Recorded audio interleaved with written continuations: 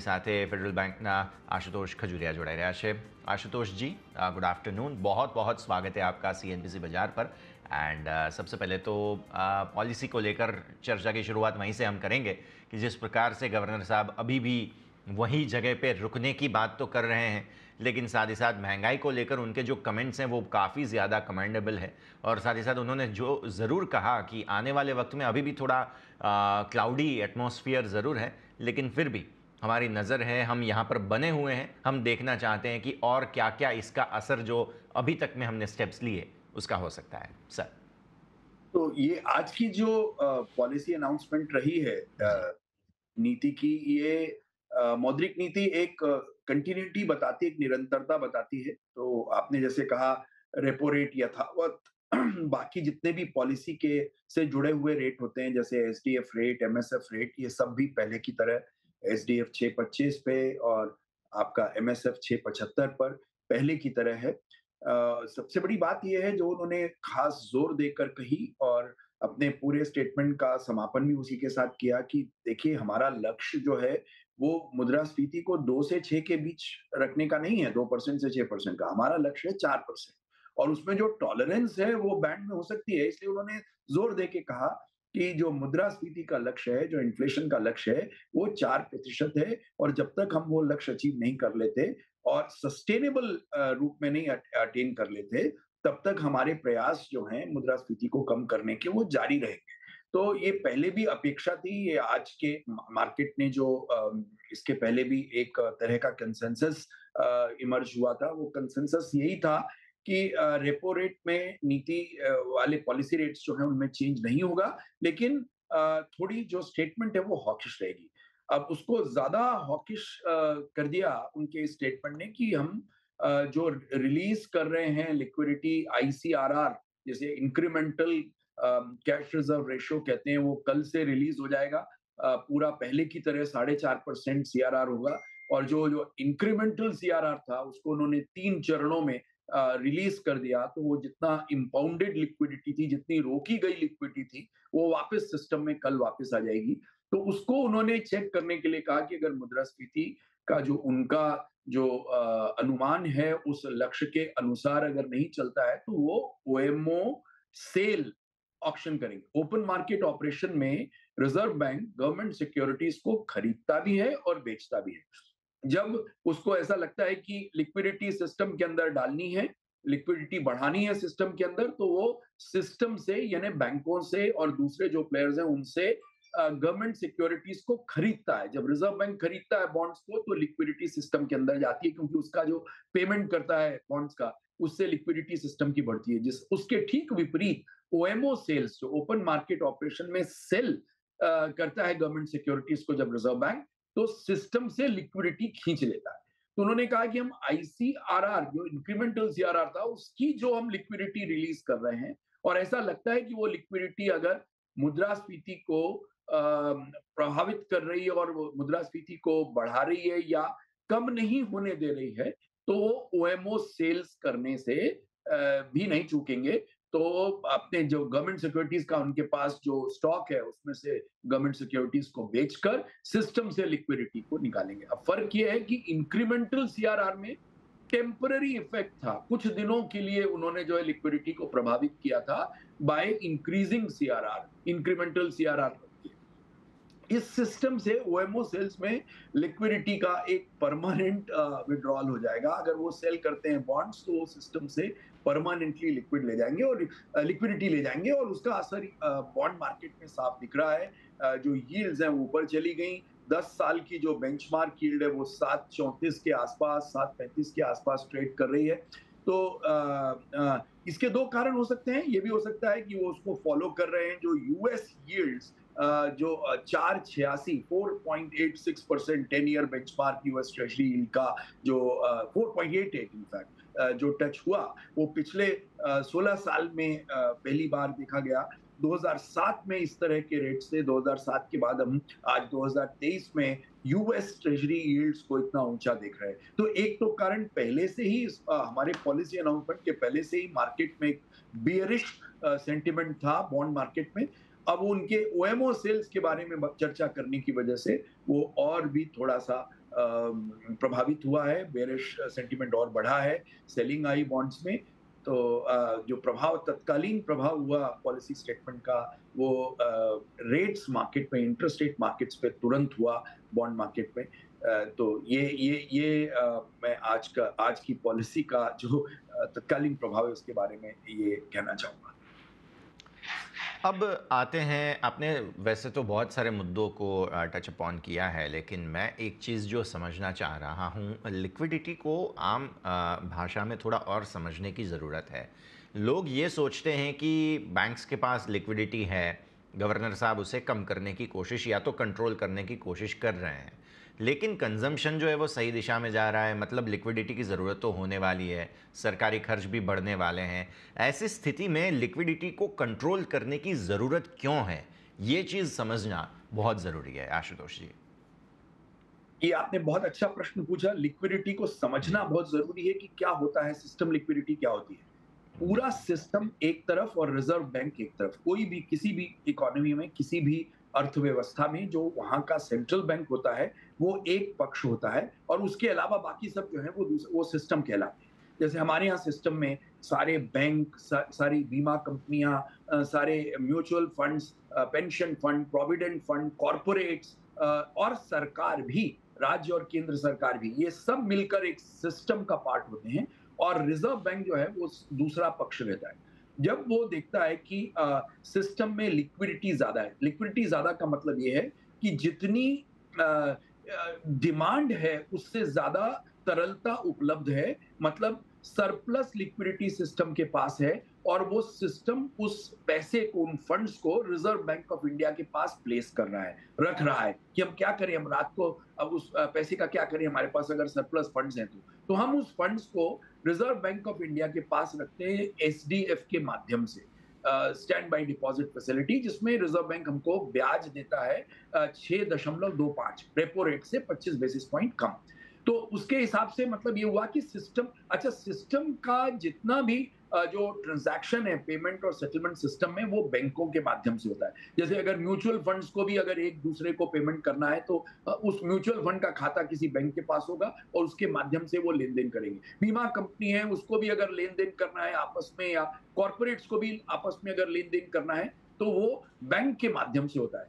अब मान लीजिए अगर मैं किसी कॉर्पोरेट को लोन देता हूँ, बैंक एज फेडरल बैंक अगर किसी को लोन देता है तो वो दो तरह से वो लोन दिया जा सकता है। या तो उनके सप्लायर को पेमेंट किया जाएगा, अगर उनको कोई इक्विपमेंट खरीदना है तो सप्लायर को पेमेंट किया जाएगा, या उनके जो है कोई पुराना उन्होंने ऋण लिया हुआ उसकी रीपेमेंट करनी है तो उसमें वो यूज होगा, या कोई उनकी उधारी बची हुई है, उस उधारी का वो रीपेमेंट कर रहे हैं। इस तरह से वो परचेजर को पास परचेज से किए उनको या नए सप्लायर को वो पेमेंट करते हैं। वो सप्लायर उस पैसे को कहाँ रखेगा, वो अपने बैंक में रखेगा। तो सिस्टम के अंदर ही पैसा रहता है जब कोई लोन दिया जाता है या कोई डिपॉजिट प्लेस करता है तो वो भी सिस्टम के अंदर रहता है। लेकिन जब reserve bank CRR, cash reserve ratio, जो कि बैंकों को अपने डिपॉजिट का 4.5% रिजर्व बैंक के पास रखना रहता है, और वो अगर वो बढ़ा देता है सीआरआर को 4.5 से बढ़ा के 5 कर देता है, जैसे अभी रिसेंटली उन्होंने आईसीआरआर किया था, इंक्रीमेंटल कैश रिजर्व रेशियो, तो वो सिस्टम से वो लिक्विडिटी निकल जाती है, बैंकों को वो पैसा रिजर्व बैंक के पास रखना रहता है जिसमें जो कि लेन देन में काम नहीं आता। अब जैसे गवर्नमेंट ने एडवांस टैक्स लिया 15 सितंबर, 20 सितंबर को उन्होंने जो है हर महीने जो है 20 तारीख को जीएसटी का जमा होता है पैसा, वो पैसा गवर्नमेंट कहाँ रखती है, रिजर्व बैंक के पास। तो रिजर्व बैंक में जब वो पैसा गया तो सिस्टम से लिक्विडिटी निकल गई। जब गवर्नमेंट उस पैसे को खर्च करती है और वो पेमेंट करती है, चाहे अपने इंप्लॉइज को सैलरी देती है या जो उन्होंने पहले बॉन्ड इशू किए उनका ब्याज देती है, या कोई नई इन्वेस्टमेंट करती है, कोई नए कॉन्ट्रैक्टर्स को पेमेंट करती है सड़क बनाने का या किसी दूसरे कार्य का, तो वो सिस्टम के अंदर वो लिक्विडिटी वापस आ जाती है। जब गवर्नमेंट खर्चा करती है तो लिक्विडिटी वापस आ जाती है। तो इसलिए टेम्पररीली जब एडवांस टैक्स या जीएसटी वगैरह लिया जाता है तो सिस्टम की लिक्विडिटी टाइट हो जाती है, कम हो जाती है। जैसे हमने अभी देखा सितंबर के दूसरे पखवाड़े में हमने देखा लिक्विडिटी कम थी, तब बैंक रिजर्व बैंक से बोरो करते हैं अपनी सिक्योरिटीज के अगेंस्ट में एंड ऑल। तो सिस्टम में लिक्विडिटी जब सरप्लस रहती है तो इजी लिक्विडिटी कंडीशन होने के कारण बैंक कम दरों पे ब्याज देने के लिए तैयार हो जाते हैं, जिस या ज्यादा लिक्विडिटी कम गुड्स को अगर चेज कर रही है तो वो मुद्रास्फीति को बढ़ाने का काम करती है। तो वो क्या होता है कि जब आप मुद्रास्फीति को कम करना चाह रहे हैं और सिस्टम में अगर लिक्विडिटी बढ़ा के रखते हैं तो दोनों एक दूसरे के काउंटर हो जाते हैं, वो लक्ष्य प्राप्त नहीं होते जो लक्ष्य जो है रखे गए होते हैं। इसलिए जब भी रेट बढ़ाता है रिजर्व बैंक मुद्रास्फीति को चेक करने के लिए, तो वो लिक्विडिटी को भी कम कर देता है सिस्टम से। बट इतना कम भी नहीं करता है कि ग्रोथ कम हो जाए, ग्रोथ एकदम से बंद। एक बड़ा डेलिकेट बैलेंस इसका बना के रखना है। तो आई थिंक वो बार बार कह रहे हैं, गवर्नर ने भी कहा, पहले भी कहा, अभी भी कह रहे हैं कि सिस्टम में पर्याप्त लिक्विडिटी रखी रहेगी, एडिक्वेट, सरप्लस नहीं। जितनी आवश्यकता है उतनी लिक्विडिटी हम रखेंगे ताकि ग्रोथ इम्पीड ना हो, ग्रोथ बाधित ना हो, विकास की दर जो है वो उसमें कमी ना आए। बट इतनी ज्यादा भी नहीं रखेंगे कि जिससे प्राइसेस ऊपर जाए, मूल्य ऊपर बढ़े, यानी मुद्रास्फीति बढ़े। और उसको चेक करने के उनके पास कई टूल्स हैं। उसमें से एक टूल जो है वो है सीआरआर का बढ़ाना, दूसरा टूल जो है वो ये है कि वो ओएमओ सेल्स करें। उनके पास जो गवर्नमेंट बॉन्ड्स हैं उसको वो बेचेंगे, जब वो बेचेंगे तो सिस्टम से रूपी लिक्विडिटी ले लेंगे, खींच लेंगे। तो ये था आज का उनका जो वक्तव्य कि हम ओएमओ सेल्स जी। करेंगे। उससे जो है सिस्टम के अंदर लिक्विडिटी टाइट होगी, मतलब कम होगी, हुँ, टाइट तो नहीं, कम हुँ, होगी। और वो लिक्विडिटी जब हुँ। कम होगी तो उसका बॉन्ड मार्केट पे तत्कालीन प्रभाव पड़ा। बॉन्ड मार्केट में जो है वो यील्ड्स ऊपर की तरफ चली।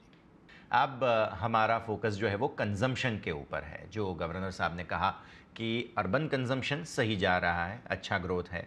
रूरल कंजम्पशन को लेकर मैं थोड़ा-सा आपसे ये पर्सपेक्टिव जानना चाहता हूँ। उन्होंने कहा कि रूरल कंजम्पशन धीरे-धीरे बढ़ रहा है। क्या इसका अच्छा-सा मतलब हमें ये निकालना चाहिए कि ये अभी भी अनुमानित जो ग्रोथ होना चाहिए था उतना नहीं है, नंबर 1? या तो फिर ये प्रोबेबिलिटी हो सकती है कि अभी भी यहाँ पे सैटिस्फैक्टरी जगह जो होनी चाहिए, जितना होना चाहिए था उतना नहीं आया है?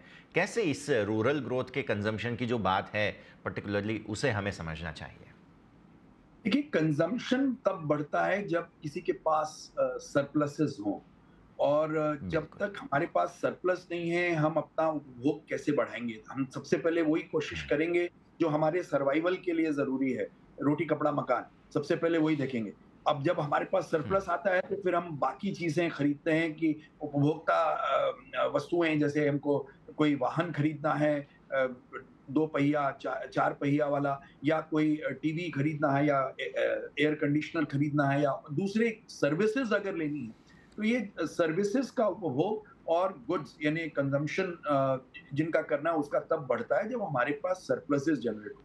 अब रूरल कंजम्पशन बढ़ रहा था क्योंकि भाग्य से हमारे पिछले 3-4 सालों में मौसम जो था वो अनुकूल था, मानसून अनुकूल था, और उत्पादन जो था, कृषि उत्पादन जो था वो काफी अच्छा रहा। ये जरूर रुका था थोड़ा सा, रबी की फसल में गेहूं का जो उत्पादन था वो थोड़ा सा कम हुआ था गत वर्ष की तुलना में, लेकिन फिर भी वो काफी पर्याप्त था उपभोग को बढ़ाने के लिए। ये कोरोना की बात कर रहा हूँ, कोरोना कोरोना की बात के चक्कर जी। में। अभी क्या हुआ कि अभी जो मॉनसून है वो नॉर्मल के नजदीक है। अगर आप खाली स्टैटिस्टिक्स के हिसाब से देखें, आंकड़ों के हिसाब से देखें, तो 94-95% है लॉन्ग टर्म एवरेज का। और 95 के करीब अगर जब रहता है तो हम कह सकते हैं थोड़ा सा डेफिसिट है, लेकिन नॉर्मल के नजदीक है। लेकिन ये डिस्ट्रीब्यूशन, उसका उसका वितरण कैसा हुआ है मॉनसून का, वो बहुत इंपॉर्टेंट, जिसको हम कहते हैं स्पेशल डिस्ट्रीब्यूशन। कि अगर किसी जगह मूसलाधार वर्षा हुई, बाढ़ हुए, विनाश किया उसने, दूसरी जगह बारिश नहीं हुई, तो वहां पर जो आपके सरोवर हैं, जो रिजर्वायर हैं, वो पूरी तरह से भरे नहीं। तो ये जो स्क्यूड डिस्ट्रीब्यूशन हुआ है उसकी वजह से कृषि उत्पादन पर फर्क पड़ेगा। ये हम भाग्यशाली हैं कि पुराने 3-4 साल से हमारा जो भंडारण है वो काफी अच्छा है और हम एक्सपोर्ट कर रहे थे। एक समय में तो हम विश्व में जो गेहूं और इसका खासतौर से पैडी का जो एक्सपोर्ट था उसका काफी बड़ा शेयर, 30 से 35% एक्सपोर्ट का शेयर जो था वो भारत से हो रहा था। अब जब देखा गया कि सब उत्पादन पे प्रभाव हो सकता है खरीफ में खासतौर से, यद्यपि जो पैडी की जो बुआई है वो तो गत वर्ष से ज्यादा है, लेकिन अब उसका उत्पादन कैसा होता है वो मानसून प्रभावित इलाकों में जो रेन फेड एरियाज हैं वहाँ उसका इम्पैक्ट जो है एडवर्स हो सकता है। ये सोचते हुए बड़े समय से स्टेप्स लिए गवर्नमेंट ने। पहले गेहूं का निर्यात बंद किया, फिर उसके बाद नॉन बासमती जो चावल है उनका निर्यात भी बंद किया ताकि हमारा भंडारण पर्याप्त रहे। इसलिए इन्फ्लेशन पर, मुद्रास्फीति पर, सीरियल्स के कारण यानी जो खाद्यान्न है उनकी वजह से मुद्रास्फीति बहुत ज्यादा नहीं बढ़नी चाहिए। और ये समय से लिए गए स्टेप्स की वजह से ये संभव हो सकेगा। लेकिन जो उपभोग की जहां बात आती है, सरप्लस की, आपने कहा रूरल कंजम्पशन कैसा रहेगा, जब तक उत्पादन ज्यादा नहीं होगा और वो ज्यादा बेच नहीं पाएंगे तब तक, और ज्यादा भावों पर, अच्छे भाव पर नहीं बेच पाएंगे तब तक उसमें जो जिस रफ्तार से वृद्धि हो रही थी वो थोड़ी रुकती सी नजर आएगी। तो शायद उसी की तरफ उनका रेफरेंस था। और अर्बन इसलिए ज्यादा हो रहा है कि अर्बन जो है डिमांड काफी अच्छी है। सर्विसेज की जो अगर आप पीएमआई लेवल जी। देखें कॉन्फिडेंस का वो 61 के आसपास है। तो आई थिंक शहरों का जहां पर की सर्विसेज का उपभोग ज्यादा होता है गुड्स के अलावा, वहां तो स्थिति बेहतर नजर आ रही है। बट ग्रामीण इलाकों पे ये सब जी। निर्भर करेगा कि खरीफ की फसल कैसी आती है। आपने बहुत अच्छे से समझाया। मेरा आखिरी सवाल जो है वो रहेगा, जैसे कंजम्पशन का ही एक कोरिलेटेड क्वेश्चन है। आपने शुरुआत में कहा कि लोगों के पास सरप्लस हो तब वो कंजम्पशन बढ़ता है, लेकिन आपने साथ ही साथ गवर्नर साहब के कमेंट्स सुने पर्सनल लोन पे। 14% से लेकर 24% तक के अलग अलग पर्सनल लोन मिल रहे हैं, लोग ले रहे हैं और उसके ऊपर खर्चा बढ़ रहा है। इसका एक रेड फ्लैग जो है वो गवर्नर साहब ने दिया। सवाल ये है, कितना बड़ा रेड फ्लैग है ये? ये निश्चित रूप से रेड फ्लैग है। एज एक बैंकर के तौर पर भी मैं उसको जी। मानता हूँ। उसका सबसे बड़ा कारण अगर आप देखें उसके जो प्रभाव दिख रहे हैं, जो नेट फाइनेंशियल सेविंग है, मतलब जो आप कितनी सेविंग करते हैं अपने हाउस होल्ड सेविंग, और उसमें फिर कितना लोन हम्म। लेते हैं, मतलब उसमें से कितनी आपकी लाइबिलिटीज आती हैं। अगर फाइनेंशियल हम्म। एसेट्स में फाइनेंशियल लाइबिलिटीज को अगर आप देखें उसका डिफरेंस, तो वो आपकी नेट फाइनेंशियल सेविंग होती है। ये नेट फाइनेंशियल सेविंग पिछले कई दशकों में लोएस्ट लेवल पे पहुंच गई है। इसका मतलब लोगों के जो फाइनेंशियल एसेट्स हैं वो अगर बढ़ भी रहे हैं तो फाइनेंशियल लायबिलिटीज बढ़ रही हैं बहुत तेज रफ्तार से। यानी बैंक, एनबीएफसीज, फिनटेक, जिस भी साधन से ज्यादा उपभोग बढ़ाने के लिए लोग बोरो कर रहे हैं। और वो अगर सिक्योर्ड नहीं है, वो अनसिक्योर्ड बोरोइंग है, जैसे क्रेडिट कार्ड के माध्यम से या पर्सनल लोन्स के माध्यम से, और उसकी रफ्तार बहुत तेज है, अगर ग्रोथ रेट बहुत ज्यादा है, तो सिस्टमिक स्टेबिलिटी के लिए गवर्नर साहब का ये कहना बहुत ही वाजिब है। और उन्होंने सबको अलर्ट भी कर दिया है। और अभी तो फिलहाल उन्होंने कोई इसके ऊपर बैंकों को टैक्स नहीं किया, इन द सेंस कोई ऐसा जी। रिस्क वेट नहीं बढ़ाया उन्होंने अनसिक्योर्ड लोन का।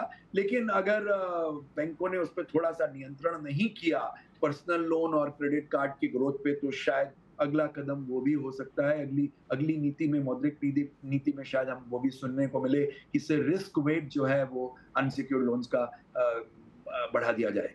ऐसा हो सकता है। मतलब मैं ये संभावना बता रहा हूँ अगली पॉलिसी के लिए, अगर ये ग्रोथ रेट को कंट्रोल नहीं करता है सिस्टम तो एक और कंजम्पशन के लिए लोन देना, उससे ग्रोथ बढ़ती है, सिस्टम की डिमांड बढ़ती है गुड्स की। लेकिन दूसरी ओर ये सिस्टमिक स्टेबिलिटी के लिए खर्चा हो सकता है, क्योंकि आपके पास कोई सिक्योरिटी नहीं है सच। अगर आपने कंजम्पशन के लिए लोन दिया है और वो लोन जो है वो खर्च हो गया कोई शादियों में या किसी और चीजों में, क्योंकि हम्म। पर्सनल लोन के लिए कोई एसेट जरूरी नहीं है कि एसेट क्रिएट हो। हम्म। कई कंजम्पशन लोन में एसेट्स क्रिएट होते हैं कि भाई किसी ने फ्रिज खरीदा, उसके घर में फ्रिज आ गया, किसी ने दो पहिया वाहन खरीदा, टू व्हीलर, तो उसके घर में वाहन आ हम्म। गया। लेकिन कुछ ऐसे भी कंजम्पशन लोन है, ऐसे भी अनसिक्योर्ड लोन है जो सिर्फ अपने शादियों में किसी दूसरे उत्सव के लिए और बाकी कंजम्पशन के लिए यूज कर लिए जाते हैं।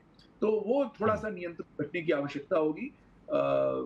वो एक अच्छी एक क्या कहना चाहिए, भावी किस तरफ हम बढ़ रहे हैं उसकी तरफ का एक लाल झंडा है। तो जो आप कह रहे हैं रेड फ्लैग, मैं पूरी तरह सहमत हूँ उससे। और उन्होंने गवर्नर साहब ने बड़े अच्छे से उसको दिखाया है कि साहब संभल जाओ, उसको थोड़ा सा आप जो है नियंत्रित करो। बिल्कुल, तो इन सारे मुद्दों पर हम ज़रूर नज़र रखेंगे। आशुतोष जी, बहुत बहुत शुक्रिया आपका हमारे साथ जुड़ने के लिए और ये सारी बातचीत में हिस्सा लेने के लिए। Thank you sir.